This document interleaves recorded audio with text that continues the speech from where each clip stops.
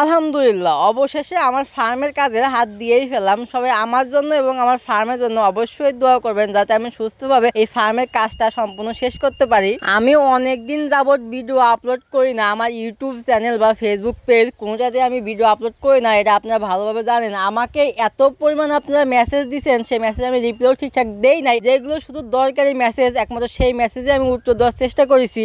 আপনারা 100%-এর ভিতরে 80% মেসেজটাই ছিল যে ভাই আপনি কবে আবার ভিডিও বানাবেন, কবে আবার ভিডিওর সামনে উপস্থিত হবেন, সেই বিষয় নিয়ে আপনাদের মূলত বেশিরভাগ মেসেজটা ছিল। তো ফাইনালি আমি আজকের ভিডিওতে বলেই দিই, আজ থেকে আমি ফার্মের কাজে হাত দিয়েছি। ইনশাল্লাহ আজ থেকে প্রতিটা ভিডিওর মাধ্যমে আবার আপনার মাঝে হাজির হব ইনশাল্লাহ। তো আজকে মূলত আমার ফার্মের জন্য বাঁশ কিনতে আসছি, যেহেতু বাঁশ লাগবে, প্রচন্ড পরিমাণ বাঁশ লাগবে, সেই জন্য আর কি মূলত আজকে বাঁশ ঝাড়ে গিয়ে বাঁশ কিনতে আসছি। এই বাঁশটা আরো দুদিন আগে দেখে গিয়েছি, আর এখানে মূলত আমার ফ্রেন্ড আছে, মানে ফ্রেন্ডের মামার আর কি এই বাঁশের ঝাড় দুদিন আগে আমি দেখে গিয়েছি। তো সেটাই আর কি মূলত আজকে কাটতে আসছি। তো এখানে আমি আছি, আমার এক ভাই আছে, আর আমার ফ্রেন্ড আছে, এই তিনজন মিলে মূলত আর কি এই বাঁশগুলো কাটতেছি। তো বাঁশ কাটা এতটা পরিশ্রম আর এতটা কষ্টদায়ক এবং কি টেকনিকও থাকতে হবে। টেকনিক না থাকলে আপনি কোনো মতে এই বাঁশ কাটতে পারবেন না। আর অবশ্যই আপনাকে এই বাঁশে ওঠার টেকনিক জানতে হবে। বাঁশে ওঠার টেকনিক যদি আপনি জানেন তাহলে এই বাঁশ কেটে আপনি আগাইতে পারবেন। আমরা মূলত সকালে গিয়ে ওইখানে পৌঁছাই আর কি 10টার দিকে। তো ইনশাল্লাহ 1:30টার ভিতরে সম্পূর্ণ বাঁশ কাটা শেষ হয়ে যায়। শেষ হওয়ার পরে তারপরে আর কি সম্পূর্ণ বাঁশ আর কি নিয়ে আসি। তো মূলত আমরা আজকে 15টা বাঁশ কাটি। তো এই 15টা বাঁশ কাটতে গিয়ে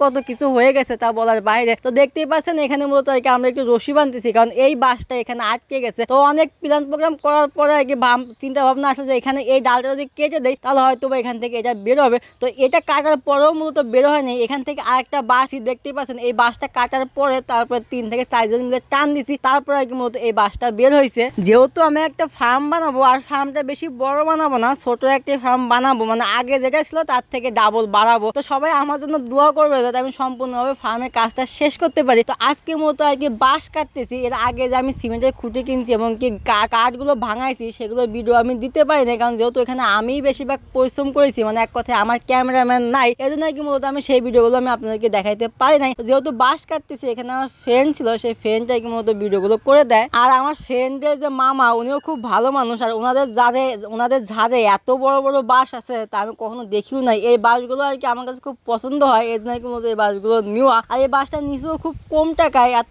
কম টাকায় আর কি এই বাঁশগুলো পাবো তা আমি কখনো কল্পনাও করতে পারি নাই। প্রতিনিয়তই আমাদের এখানে বৃষ্টি আসতেছে, এই বৃষ্টি নিয়ে হচ্ছে মেন ভয়টা, জানি না কাল থেকে কি হবে। তো সবাই দোয়া করবেন কাল থেকে 1 সপ্তাহের জন্য বৃষ্টি না আসে, আল্লাহ তাআলার কাছে এটাই আর কি চাওয়া। তো যেহেতু বৃষ্টি আসতেও পারে, সেক্ষেত্রে কি মূলত কাল থেকে আমরা আর কি কাজে হাত দেবো ইনশাল্লাহ। সবকিছু ঠিকঠাকই আছে, আজ অবধি বৃষ্টি আসে নাই, কালকে কি হবে আল্লাহ ভালো জানে। অনেকদিন পরে মূলত ভিডিওতে ভয়েস দিচ্ছি, একটু এলোমেলো হচ্ছে, তো সবাই একটু ক্ষমার দৃষ্টিতে দেখবেন। তো আজকের ভিডিওটা বেশি বড় করবো না, দেখতেই পাচ্ছেন বাঁশগুলো কাটা কমপ্লিট। তো বাঁশটাতে কত কষ্ট করে কাটছি সেটা একমাত্র আমরাই জানি। তো যাই হোক, আলহামদুলিল্লাহ সুস্থভাবে বাঁশ কেটে নিয়ে বাড়ি পৌঁছাইছি। তো সবাই আমাদের জন্য দোয়া করবেন যাতে আমরা সুস্থভাবে আমাদের ফার্মটা সম্পূর্ণভাবে কমপ্লিট করতে পারি। তো সবাই ভালো থাকবেন, সুস্থ থাকবেন, দেখা হবে কালকে নতুন একটা ভিডিওতে। আল্লাহ হাফেজ।